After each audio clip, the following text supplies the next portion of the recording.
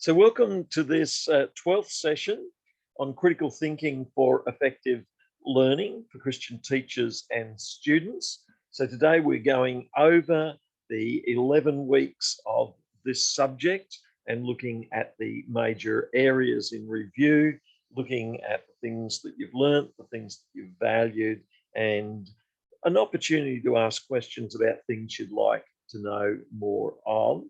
And we'll also look at humanities, in that critical thinking is often associated with science and mathematics, but we'll be balancing that with the humanities and looking at how intuition and experience and subjectivity provide a balance to objectivity.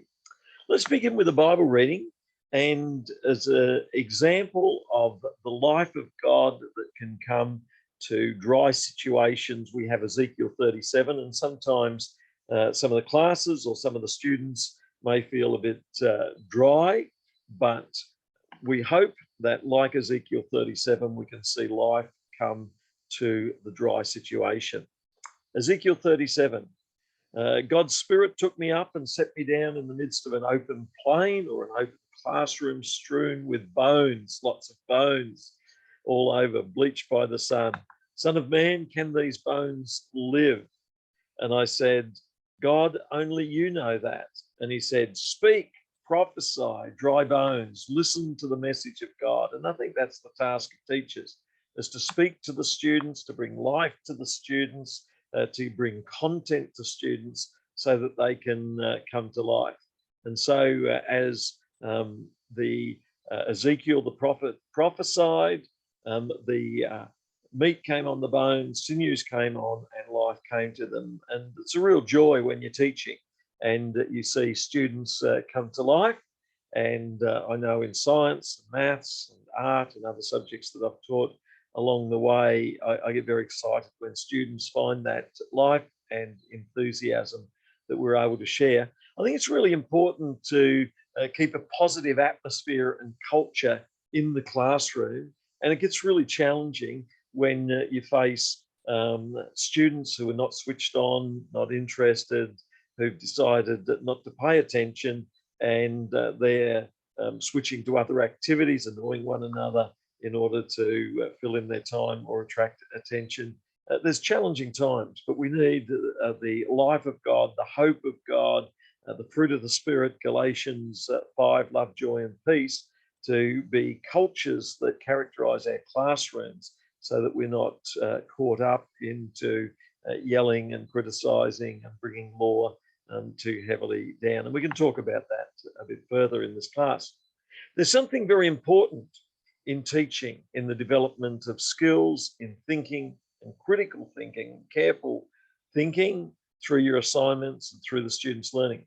Critical thinking figures prominently amongst the goals of education. That is, to think clearly, to think well.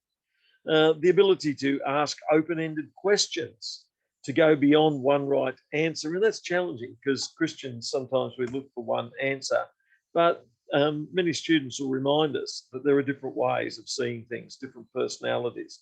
Promoting interaction between students. And often we're not so keen on group work, but group work can be important. You've got to work with others. Allowing time for students to reflect on questions. Sometimes we want instant, quick answers, but life's not always like that. Sometimes it can take a long time to work through the answers. I think it's also important to acknowledge that you don't know, that you're on a journey, that you're discovering. And I think it's also very important to be able to be wrong. We need safe spaces where the students can get answers wrong. And I think we have to be careful that we don't judge students for getting the wrong answer. It's natural that you'll learn to get answers wrong. Strong teachers think critically. They practice the art of analysing and evaluating their teaching, their goals, what they're looking at. Critical thinkers decide how and when to assess students. So critical thinking is not pigeonholing students and saying, this is your ability. It's showing grace and love and mercy and hope, and seeing that students can do well. Critical thinking acknowledges diversity, different ways of doing things and looking at things, and critical thinking is reflective. It looks back. Critical thinking also needs to acknowledge the importance of resilience. That is, there'll be times when things don't go well, you'll get things wrong, you'll be criticized for the wrong things by the wrong people at the wrong times, but resilience is that ability to recover. The ability to make decisions based on data, but with inherent uncertainty and variability. It's a complex skill in a complex and modern world. The key element for developing the ability of critical thinking is practice and making decisions based on data and feedback. So in preparation for this class today, in week 12, I encourage you to read back over the notes you've taken in the 12 weeks and to take note of the material that you'll be able to continue and use in your teaching in particular and in life, and write down the key ideas that you've learned. And that there could be some that you'll come to today. As we look at this course, we also had a diagram that summed up some of the key ideas in the course. And we looked at some fields of knowledge, such as maths and science and creative arts and humanities. And these are different subjects that you have, but within these, there are ways of knowing. And so in science, we use the 5 senses, we measure, we carefully evaluate. So there's scientific knowledge. And then within the humanities and arts, we not only have reasoning, but we have intuition. And then we have imagination and creativity. And then in Christian understanding and Indigenous knowledge, there is faith, and then there's emotion. So these are different ways of knowing, and these remind us we have the left and right hemisphere of the brain, the more logical and the more emotional and intuitive. And then we have different personalities, the more logical, task-oriented people, the more relational people, head, heart, and hands type people. And within these areas, we have a focus on knowledge, but also a focus on value and worth.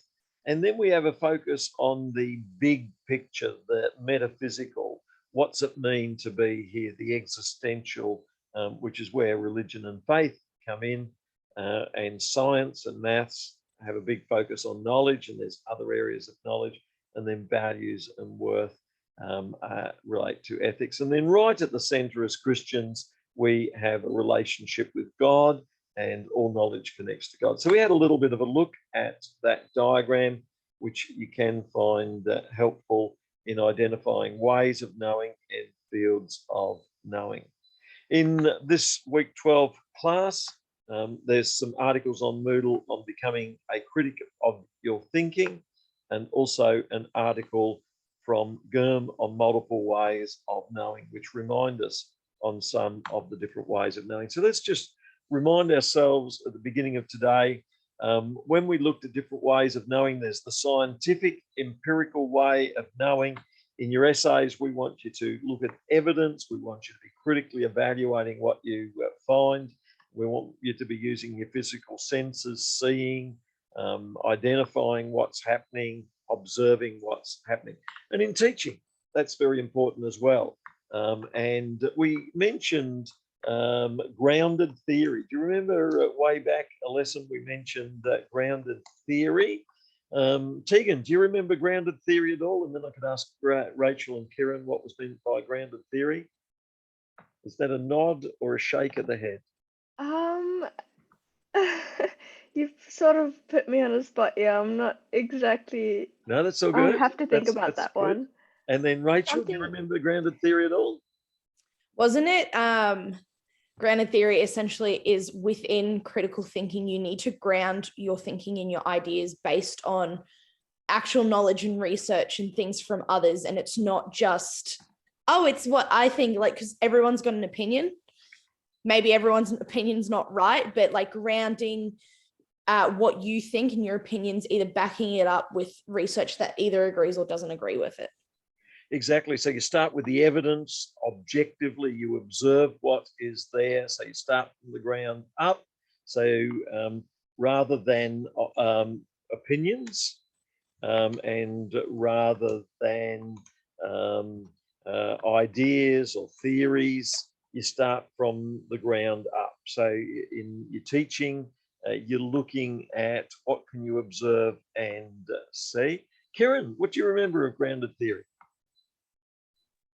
Pretty much what Rachel said. It's the collection of multiple viewpoints and ideas to formulate sort of a generalized average idea that just sort of, you start from there and then you go on and find research and evidence that sort of sends you in the right direction. And some people call it thesis, antithesis, synthesis of the different ideas that you collect, but it's based very much on observation. And I think in your work, you'll often have some grounded theory, but often you'll also need to begin with the literature review. And as opposed to grounded theory, the literature review looks at what has already been found by study. And so the literature review reviews all the literature that you can find, the best of the literature in the topic. And so that's a little bit different to grounded theory. So if you're talking about how students respond to a particular way of doing maths, grounded theory would be to observe the students doing it, whereas a literature review would be to look at what people have said about ways of doing things. So grounded theory is often empirical. You observe, you measure. It's about the science of education, what you can know through observing, seeing, hearing. Whereas rationalism is about theories and ideas and concepts. And so we say that there are scientific laws that govern the universe. So it's about what these scientific laws are. I know I did history at one stage, and they wanted me just to write down what I observed, but I wanted to come up with grand theories. They said, no, that's not history, that's sociology, that's theoretical understanding rather than the details. We want the details, they said. So different people are going to focus on the grounded theory and the empirical evidence, and then others will want the big picture. Another way of thinking is ethical thinking, and it goes beyond what we observe. So we can observe in science the dissection of a frog, but ethically we can ask, is this right? Can the frog feel pain? What's meant by the pain? So ethics has much bigger goals that are more complex and hard to establish. And in the lesson in the week that we looked at ethics, we looked at your responsibilities to know and to understand. What are some of the ways of knowing right and wrong? We looked at some of the theories for understanding values and principles and norms. We looked at the professional code of conduct, the laws, but we also looked at grace and hope and love as Christians that goes beyond the law. So sources of ethical knowledge can be philosophical discussion and position. That can include social justice issues like equality and opportunity. And we saw that it's not enough just to say we have equality. Sometimes we've got to help some students more so that they're able to do well as well. So that was one of the lessons that we looked at. We've also placed an emphasis going beyond the objective scientific knowledge to look at the value of the subjective, and we'll look further at this today, that it's not enough for students to know objective knowledge. We also need subjective knowledge where you can express yourself, where you can take responsibility for your own views and ideas rather than describing the views and ideas on others. Maslow describes self-actualization, that is growing to your potential, where the student and yourself is able to express themselves. And so that was the personal view. Then we've got the aesthetic way of knowing, art and music and drama and dance. These are creative ways of knowing. And then we can even say teaching itself is an art. That is, we could objectively describe aspects of teaching, but we could also think of art as intuitive teaching. Subconsciously, we don't fully understand how we teach. We launch into it, a bit like riding a bike or ice skating. And another aspect of teaching can be freeing the students to become who they can be, emancipatory teaching. So week one, we looked at critical thinking. And so we looked at ideas about thinking well and critically, correspondence theory. Can we ask each one, what are some of the ways that you would think critically and carefully and evaluatively? What are some of the things that you've learned maybe from this course or through other courses and life journey? So Kieran and Rachel and then Tegan. Kieran, what stands out to you as good ways to think carefully and critically when you make decisions, when you're teaching, when you're buying a car, whatever the decision is? I suppose removing bias, whether that be emotional or personal bias, and looking at what is actually present, what is absolute fact, and then going from there, making a decision and weighing out each option carefully and equally. Yeah, and I like that idea of weighing out each option. And sometimes you can do that on a piece of paper, and you can have for and against as columns on the paper. And sometimes writing things down can help. Certainly interacting with others can also be very helpful. And these days you've got the internet, so you can do a quick search. So if you've ever got a sore leg or something else, you can search it and work out how to do it. Will we ever be able to do dentistry by Zoom? You know, you zoom in and they'll say, you know, take the drill and play. You know, I don't know, that might be taking it too far. But Rachel, what do you do in critical thinking? What stands out to you? And I've kind of just like reflected on it after reading the first article that you gave us to read through before class today, was that critical thinking is deeper than just surface level opinions or research that you come across. It's taking kind of the fuzzy and the fluffiness away from it. It's going right to the point and deep understanding of what it is, rather than this is my opinion and my opinion's fact to me. It's going, okay, this is my opinion, how does it line up factually?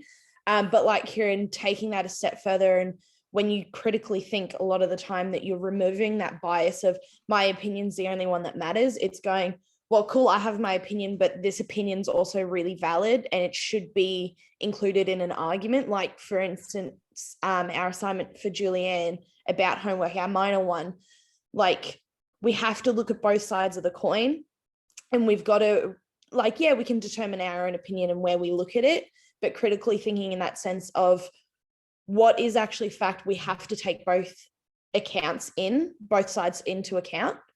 But yes, I'm also going to turn my camera off really quickly because my lunch just arrived before, so I'll still be here to answer questions though. Sounds good, thank you. And Tegan, what do you see as important in critical thinking? So I think it's important. I've gone through that reading that you gave us, and I took some notes, and I think that it's important that we notice that thinking needs practice and hard work, and in order to think critically, we have to think.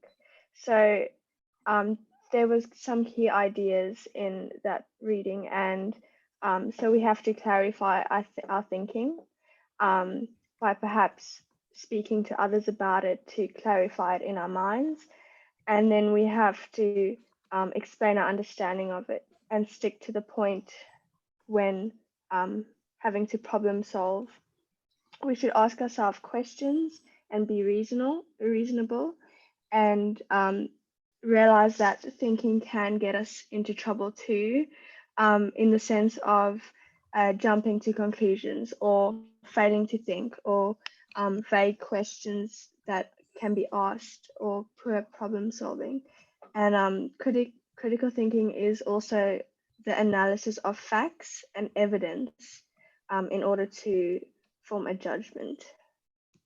So good and well said. That was really thoroughly examined and expanded on. So thank you each one for your thoughts on lesson one. We also looked at correspondence theory. That is, that the idea could correspond with an actual reality, and that the observations lead us to say what we see as a particular truth. And then we look to verify that by gathering more evidence to show that our words and ideas correspond with what is actually there and true. I read a book once which said that populations of animals will increase to a certain level, and then that they will level off at that level. And this was an ecology book. And when one read the article further, it said it had down in the footnotes the animals were sheep, and that they had been allowed to increase in number. And then they also gave the location. So the location was the island of Tasmania. And when you think about it a bit further, the sheep aren't just running around and increasing in number. There are farmers and there are economic pressures. And when you think about it a bit further, the whole statement really did not fit with the idea that was put forward. And there must be lots and lots of examples like that, where people see a bit of evidence, they put it together, they think it's true. And lesson one was all about the way in which we need to more carefully look at evidence. Can anyone think of examples of where you think you know something, but it's not true? Hand up if you can, otherwise we can move on further. But I was just trying to think of examples. I guess many of the things like UFOs and then diets and fads and all of these things, people can have all sorts of ideas, but do you prove them? And doctors are very cautious about saying that eating a certain thing or doing a certain thing will solve all your problems. There's a lot of evidence-based work that doctors work with, and they're cautious of these areas. Yes, Kieran. It's commonly believed to be true that Napoleon was short, but compared to the average height of men in France at the time, and the realization that a lot of propaganda in the UK had spread around, Napoleon was actually slightly above average height for his time. Wow. So propaganda in war is another one. Is you've heard that carrots improve your eyesight, and that's because in war they invented radar during World War II between 1939 and 1945, and they wondered, how can we explain that we suddenly have this ability to spot German aircraft? And so they started to publish in all the British newspapers that they were feeding their pilots in the Air Force carrots, because they had discovered that carrots increased their ability to see great distances. And so this was quite confusing to the Germans, because they were trying to explain, how are the British suddenly getting these abilities to see much further? And the only evidence they could find was that the pilots were now eating huge numbers of carrots. So yeah, so you do have in war lots of examples of telling half truths, and yeah. So that's one of the things we looked at in week one was telling truth and half truths. Any other hands up of people who can? Rachel, what can you think of as an example? Yeah, so I was just thinking back to my childhood and like even things now, like we watch movies, girls grow up, and like boys too. I'm not going to judge.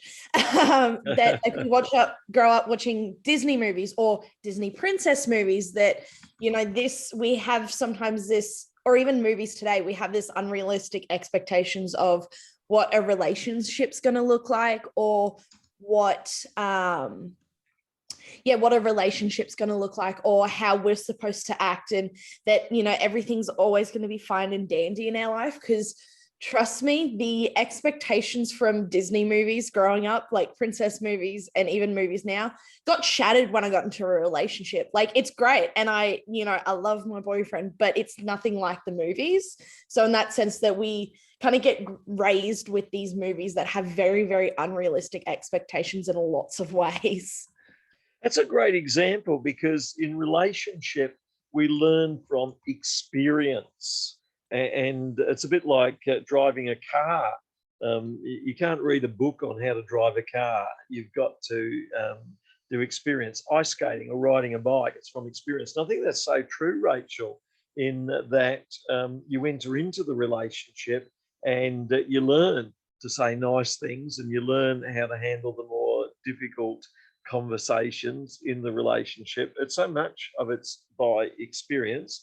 As Christians, we have preachers who read the Word of God to us, and so there is a Christian view on relationships, and the Bible helps us there. We have traditions, we have parents, we have others who help us learn about relationships. You could go to books and learn about relationships as well, and you could do relational classes. And there's a certain amount of logic there. There's also, if you want to become an expert on relationships, then you'd probably do a course in counseling or psychology, or a range of courses there, because there have been huge studies on relationships. And I know we often talk about,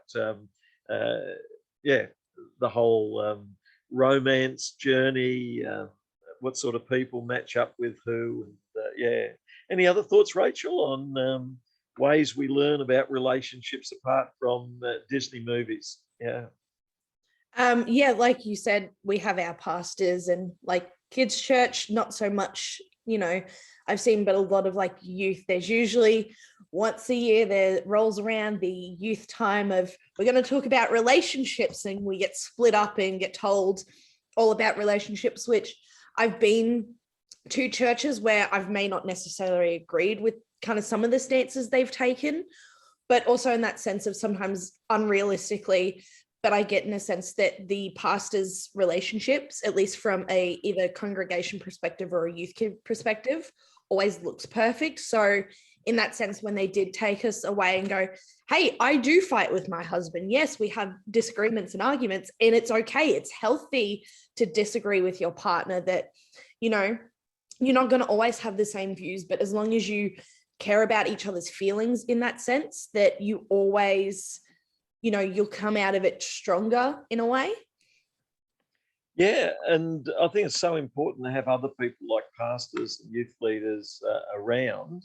It's interesting that we could go to scientific approaches to relationships. I do like Google Scholar, because it gives you some great insights. And so you could go there and you could see that there have been studies on relationships and how people can grow in relationships, boyfriend, girlfriend, however we describe that.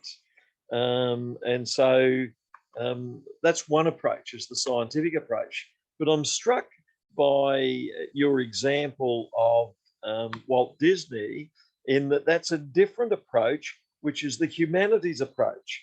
And Romeo and Juliet and all great stories and storytelling are a different way of understanding relationships. And I think this course has encouraged that we need both. We need various ways. We need scientific approaches where we observe and describe, but we also need the humanities where we can tell stories as well. And then we also want art and music. They can also tell us, poetry can tell us about relationships as well. Any thoughts on what the humanities can do for us, art, music, poetry, and storytelling, that science can't do? Rachel, do you have any thoughts on the ways in which storytelling, art, music, and poetry can be useful for telling youth about relationships? Or if you want to argue, you could argue that science is a better way to understand relationships. Yeah, I'm a bit biased. I'm more of an artsy kid. So I'm never really a huge fan of science. I always think it's smart to take a scientific approach to it, because there tends to be a lot of more factual things that happen in science, obviously, because there's peer-reviewed journals and things like that. So, but also in that sense, going back to critically thinking about a scientific approach to relationships and then working that into how do we understand it? How, like, for example, like you were saying that, you know, we're raised on this stuff. So how can we take that, like, as an example of a youth leader?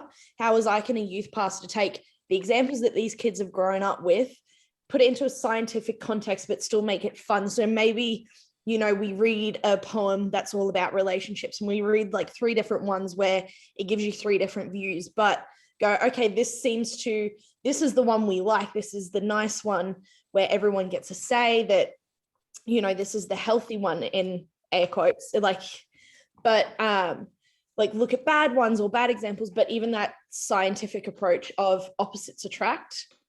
Yes. That was big. It was taught to me in school that it was like, that's a big thing. There's, yes, me and my boyfriend have similarities, and I see it in my parents and my sister and brother-in-law that we are like very vastly different people, that we're not like carbon copies of what our partners are, because if we were, I think that'd be really boring. And there's a lot of evidence, isn't there, that opposites attract. So we've got these 2 different ways of studying romance and relationship. And romance is not necessarily the ideal word to describe relationships, but certainly Jane Austen and other romantic writings and Disney can all tell us something.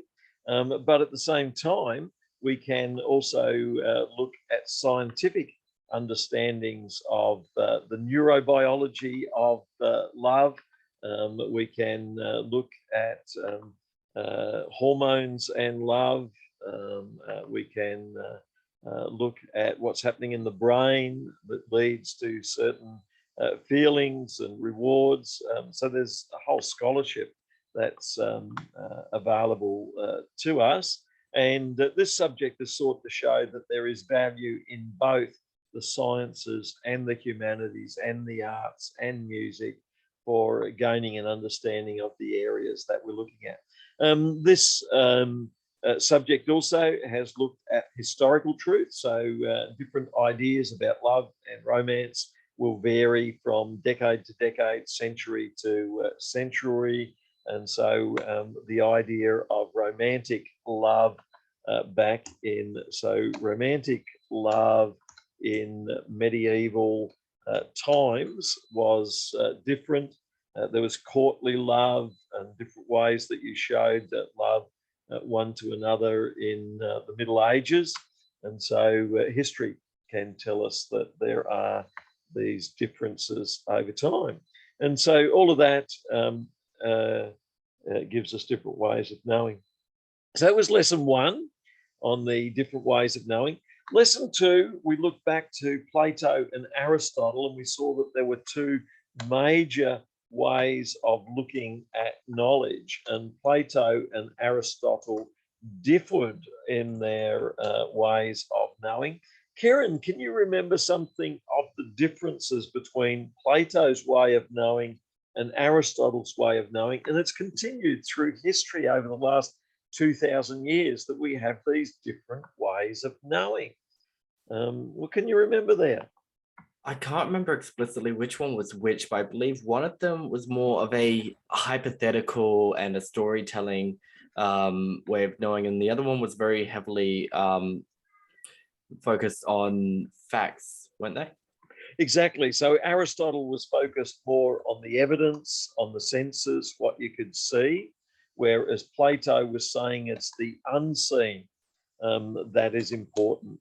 And so in the analogy of the cave, he said that all of us can see, but what we see are shadows. And so he said that really you need to think about that, which is way beyond the shadows. So we can see 2 + 2 = 4, but what's more fascinating is where do these ideas in maths come from? What's behind it? And it's looking beyond what we can see with our senses and the eyes. Rachel and then Tegan. Rachel, can you remember some of the differences between Plato and Aristotle? Plato saying it's the unseen realm that's important. It's the forms that are important. It's the architect. So if you see a house, then Aristotle would say, let's describe what we see. Whereas Plato would say, no, let's try and understand the unseen architect who designs the house. So Rachel and then Tegan, thoughts on Plato and Aristotle? I think it's kind of interesting how polar opposite they were in their thinking. It's almost like a real life version of looking at a left and a right hemisphere brain, because of the fact that they were so opposite. Whereas you look at some people now, they go, you know, they thought their own views and how they taught and how they saw the world was much more like is better than the other person's. Maybe not like that, but in the sense of nowadays there's a lot more cohesiveness when people, you know, talk about learning and describe things, that it's a combination between the left and right brain, whereas it feels like very much this is, they stick to, you know, either very artsy or very knowledgeable. Not that arts isn't knowledgeable, but very like critical thinking, rather than, you know, let's talk about our feelings. And, you know, we have on the other hand of, no, what are the facts that this gives out? So in that sense of, it's like you're looking at two different brains. Well, one brain that just split in half. Yes. And so certainly some would say that it's the left brain that's more about facts, using a ruler to measure, whereas the right brain is more artistic and creative. And so the left brain, more thinking with specific words, linear thinking, mathematics and logic, and right brain more about visualizing, imagining, intuition, holistic, and the arts. And some people favor one a bit and some the other. So the theory is that people tend to be a bit more left brain or right brain in their orientation, though there's a danger in over thinking that, because both are important. So if you're doing science, you'll use some of the left and some of the right, but there is this tendency one way or the other. So the left brain tends to be more about logic, sequencing, linear thinking, maths, facts, and specific words, whereas the right brain tends to be imagination, holistic, intuition, arts, rhythm. And you'll find that students that favour one or the other may dislike the opposite there. So very, very interesting. Tegan, what are your thoughts on Aristotle and Plato? So I don't. So what I know of is that Plato's philosophy is abstract, and Aristotle is empirical and practical. Yeah. And we find that often we would say that something like science is going to be more empirical, and something like maths more empirical. But at the same time, it can be useful allowing students in, say, science or maths to use their creative at times, and to bring some of the practical to music and art as well, and some of the careful reasoning to music and art. Because if you're going to go on and get a degree in music and art, you're going to have to write essays, and you're going to have to use a lot of logic and referencing there. So both are needed. And that was lesson 2 where we looked at Aristotle and Plato and left and right brain and different approaches, science and maths on one side, and then on the other we have more of the creative.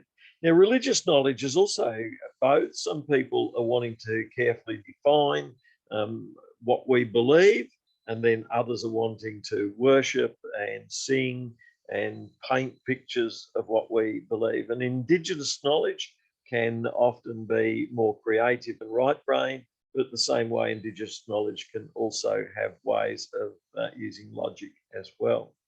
In week 3, we looked at the Old Testament Hebrew, New Testament Christian, and other religious views of truth and ways of knowing. Genesis 1 tells us that the world's created good. Genesis 3 and 4 tells us that there's also sin and the fall.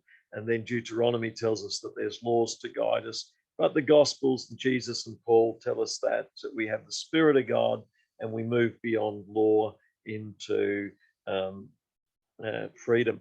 I've just summarized the whole Bible in one sentence. So that's that could be an oversimplification. So be careful if you overdo that. I found Wesley's quadrilateral useful in that that says that there are 4 ways we know, particularly in terms of our Christian faith.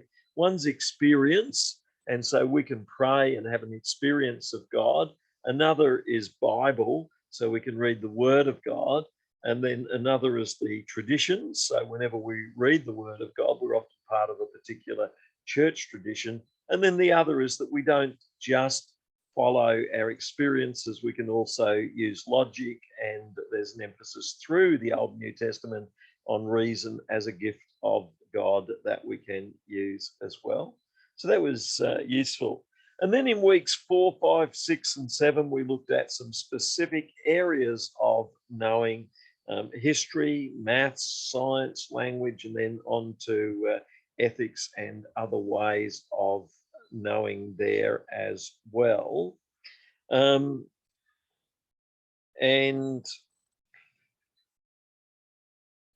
I like the way in which we balanced our way of knowing in the sciences and maths with our way of knowing in arts and humanities. Parker Palmer has written some great material on teaching, and he says to know as we are known. So knowledge is not just us knowing, but it's allowing God to know us. And so the spiritual journey is not just us getting to know God and truth, but is also allowing God, who knows us, to express his knowledge of us and being open to the revelation of God. So to know as we are known, education as a spiritual journey looks at how not only our mind and thinking and science and maths, but also our heart and intuitions and emotions and relationships all work together in the learning process. So education is holistic and knowledge is holistic in that it includes these other ways of knowing as well. So there is a warning from Parker Palmer that the idea that everything's scientific and industrialized is a narrow view of life. We need to realize that there's relationships and emotions that are important as well. Parker Palmer talks about the hidden wholeness. So we want to live truth that is going to connect with the outer world, but also the inner world as well. And so we not only want to have the external teaching, knowledge, facts, curriculum, we also want an internal relationship whereby we've got character and hope and love and joy, all of those things that are internal. So the hidden wholeness weaves together these themes that is an integral life, integrates knowledge that's more mathematical and scientific, passing tests, getting results, with other aspects of life, humility when we don't know, relationship, humility when it's all a mystery. He also emphasizes the importance of meaning within community.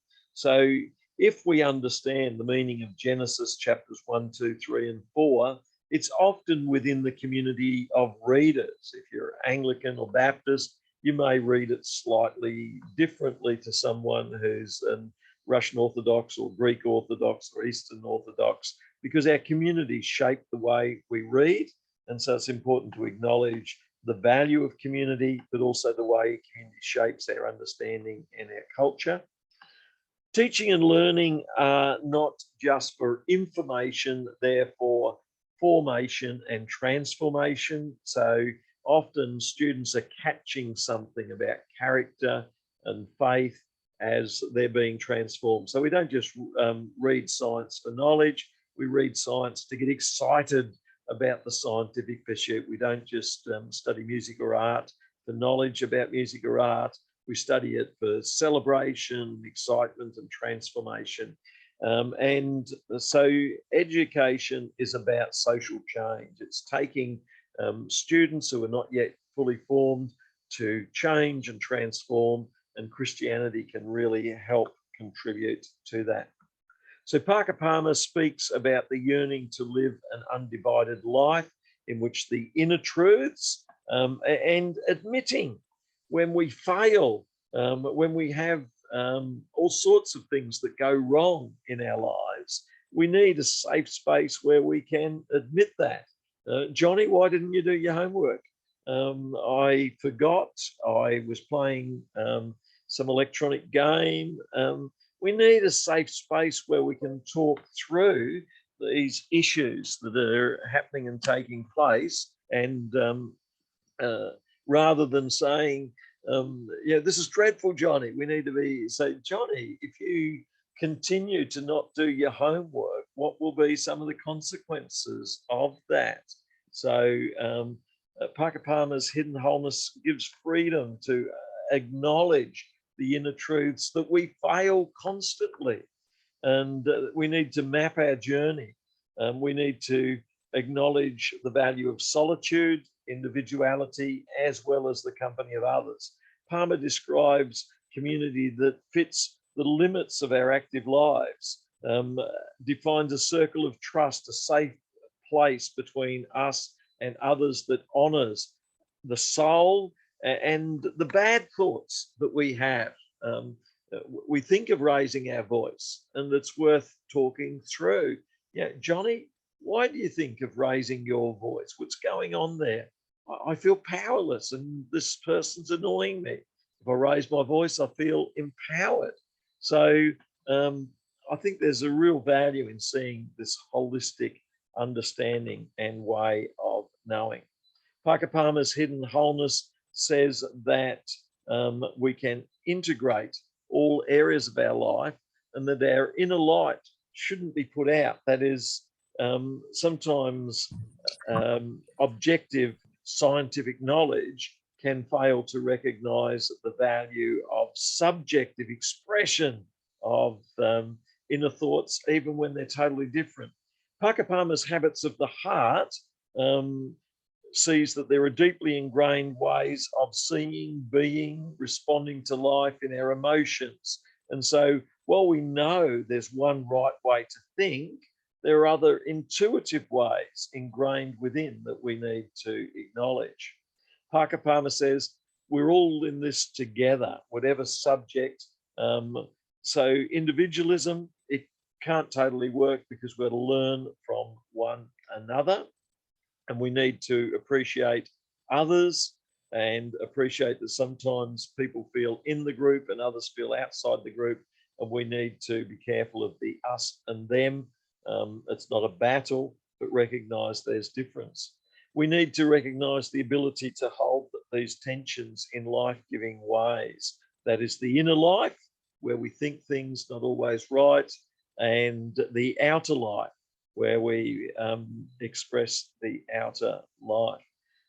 So what are some things that you like about Parker Palmer's thoughts? Tegan, do you have some thoughts on Parker Palmer's ideas here that are being shared? What's the value of this holistic, integrated life, and seeing this as valuable in our classrooms? And then Karen, after Tegan. Tegan, what do you see valuable I here?